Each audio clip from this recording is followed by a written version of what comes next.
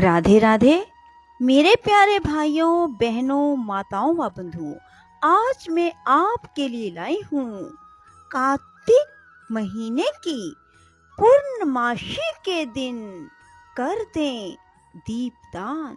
यदि आप अखंड लक्ष्मी का वास अपने घर में चाहते हैं, सुख समृद्धि और ऐश्वर्य चाहते हैं, बंधुओं, कार्तिक मास की पूर्णमासी के दिन यदि आप ये दीपदान इस जगह कर देते हैं तो आपके यहाँ अखंड लक्ष्मी का वास होगा।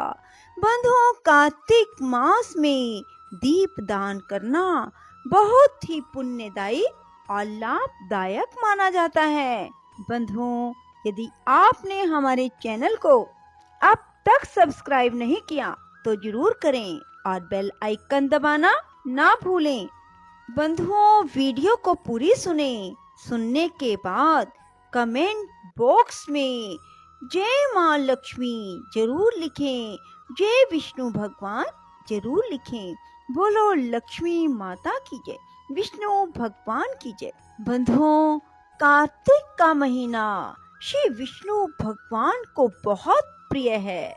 बंधुओं, कार्तिक महीने में स्नान, दान, जप, तप, दीप दान का बहुत ही महत्व है और ये सब कार्तिक महीने में करना बहुत ही पुण्यदायी होता है। बंधुओं, सभी मनुष्यों को कार्तिक के महीने में रोजाना घर के मंदिर में तुलसी जी के समक्ष, आंवले के समक्ष और नदी के किनारे दीप दान करना चाहिए। बंधुओं, कार्तिक के महीने में श्री हरि विष्णु का वास जल में माना जाता है, इसलिए कार्तिक महीने में ब्रह्म मुहूर्त में स्नान करके तुलसी जी के पौधे में जल चढ़ाया जाता है।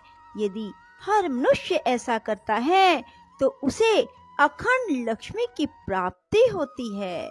बंधुओं, कार्तिक के महीने में सुबह सुबह स्नान करके तुलसी जी की पूजा की जाती है, आंवले की पूजा की जाती है और दीप दान किया जाता है।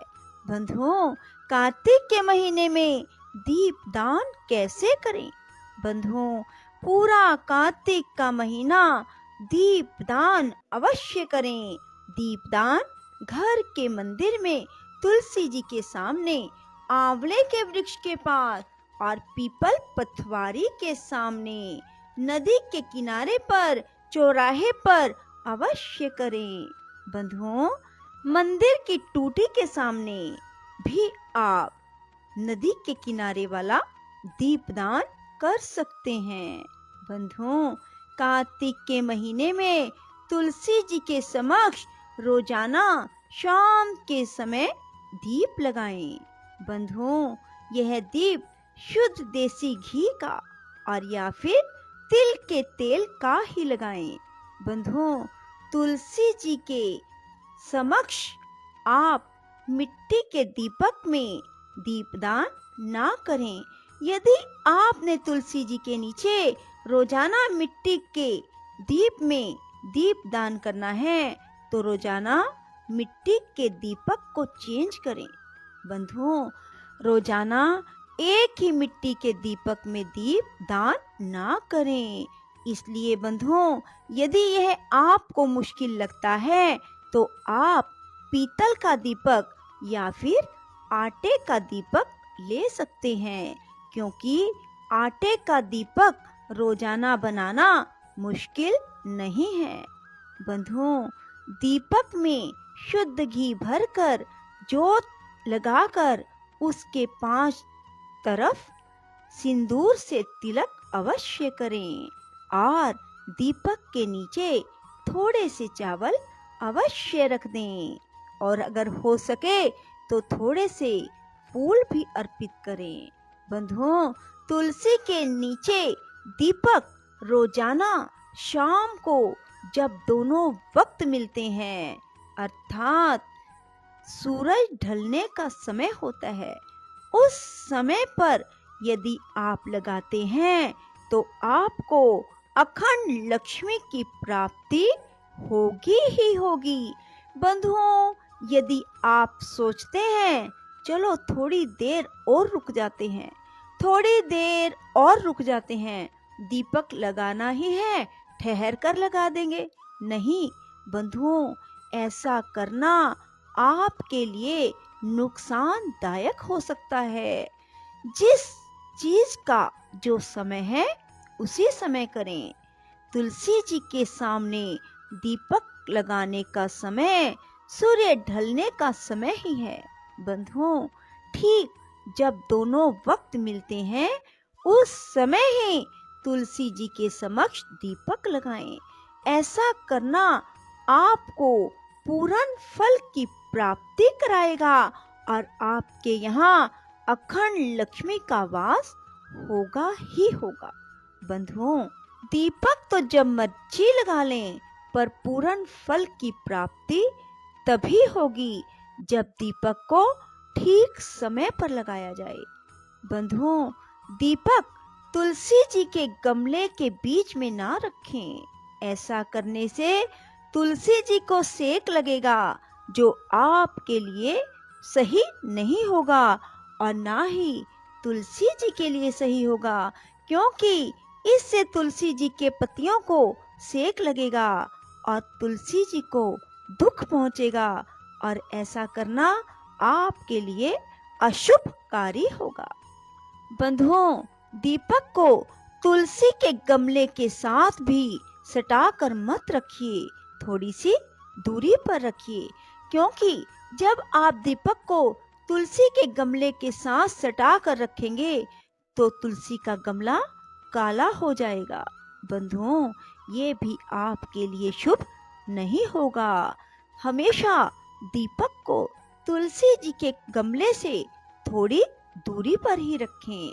बंधुओं, तुलसी के गमले के पास कम से कम कार्तिक के महीने में पूरी साफ सफाई रखें, क्योंकि कहा जाता है लक्ष्मी जी आपके यहाँ तभी आएंगी जब तुलसी जी के गमले के आसपास भी पूरी सफाई होगी। बंधुओं, यदि तुलसी जी के आसपास सामान बिखरा पड़ा है या कोई जाला लगा हुआ है तो ऐसा बिल्कुल ना होने दें। तुलसी जी के आसपास पूरी तरह साफ सफाई रखें। बंधुओं, तुलसी जी के पास सफाई करके ही रोजाना तुलसी जी को जल दें और दीपक लगाएं। संध्या समय में झाड़ू बिल्कुल भी ना लगाएं। बंधुओं, साफ सफाई तुलसी जी के पास बहुत जरूरी है। बंधुओं, कार्तिक के महीने में रोजाना आंवले के वृक्ष के पास भी दीपक जरूर जगाएं। कहा जाता है कि यदि आंवले के वृक्ष के पास कार्तिक के महीने में दीपक लगाया जाता है तब भी मनुष्य को अखंड लक्ष्मी की प्राप्ति होती है। बंधुओं, यदि आप आंवले के वृक्ष की पूजा नवमी के दिन नहीं कर पाए तो आंवले की पूजा चतुर्दशी के दिन भी की जाती है। बंधुओं, कार्तिक पूर्णिमा के दिन ब्रह्म मुहूर्त में उठें, स्नान करें, मंदिर जाएं और दीप दान करें। बंधुओं, यदि आप पूरे कार्तिक के महीने में दीप दान नहीं कर पाए तो कम से कम कार्तिक मास की पूर्णमासी अर्थात पूर्णिमा के दिन दीपदान अवश्य करें। बंधुओं, ये दीपक 11, 21, 101 या फिर 365 भी हो सकते हैं। बंधुओं, ये आपकी खुद की श्रद्धा है कि आपने कितने दीपक का दान करना है। बंधुओं, ये दीपक आप भगवान विष्णु के समक्ष, भगवान शिव के समक्ष भी लगा सकते हैं। बंधुओं, दीपक तिल के तेल के या फिर शुद्ध देसी घी के ही हों। यदि आपने नदी के किनारे दीपक लगाना है तो आप सरसों का तेल भी प्रयोग कर सकते हैं। बंधुओं, यदि आप 365 लंबी बत्ती बनाकर देसी घी या तिल के तेल में भिगोकर भगवान विष्णु, भगवान शिव शंकर भोलेनाथ के समक्ष लगाते हैं। पूर्णिमा के दिन सुबह या फिर दोनों वक्त मिलने के समय। तब आप देखना कि आपके यहाँ किस प्रकार अखंड लक्ष्मी का वास होता है। बंधुओं, यदि आप ये दीपक पूर्ण विश्वास और सच्ची निष्ठा से लगाते हैं कि देखना आपके यहाँ अगले साल तक किसी प्रकार की कोई कमी ना रहेगी। बंधुओं, इस चीज का ध्यान रखें कि दीपक जगाकर भगवान की आरती करके दीपक को मूर्ति से दूर रखें ताकि दीपक का सेक भगवान को ना लगे। यदि भगवान को दीपक का सेक लग गया तो बंधुओं यह आपके लिए बहुत नुकसानदायक हो सकता है। सो बंधुओं, दीपक जगाते समय इस बात का विशेष ध्यान रखें कि दीपक को भगवान की मूर्ति से दूर रखें। बंधुओं, आप पूर्णिमा के दिन दीपक गौशाला में, भगवान के समक्ष, चौराहे पर और टूटी के किनारे भी लगा सकते हैं। पूर्णिमा के दिन जितने आप दीप का दान करेंगे उतनी ही अधिक आपके यहाँ लक्ष्मी जी वास करेंगी। आपके यहाँ लक्ष्मी जी का अखंड वास होगा। बंधुओं, कार्तिक पूर्णिमा के दिन दीपदान जरूर करें यदि आप चाहते हैं कि महालक्ष्मी आपके यहाँ स्थिर रूप में रहें।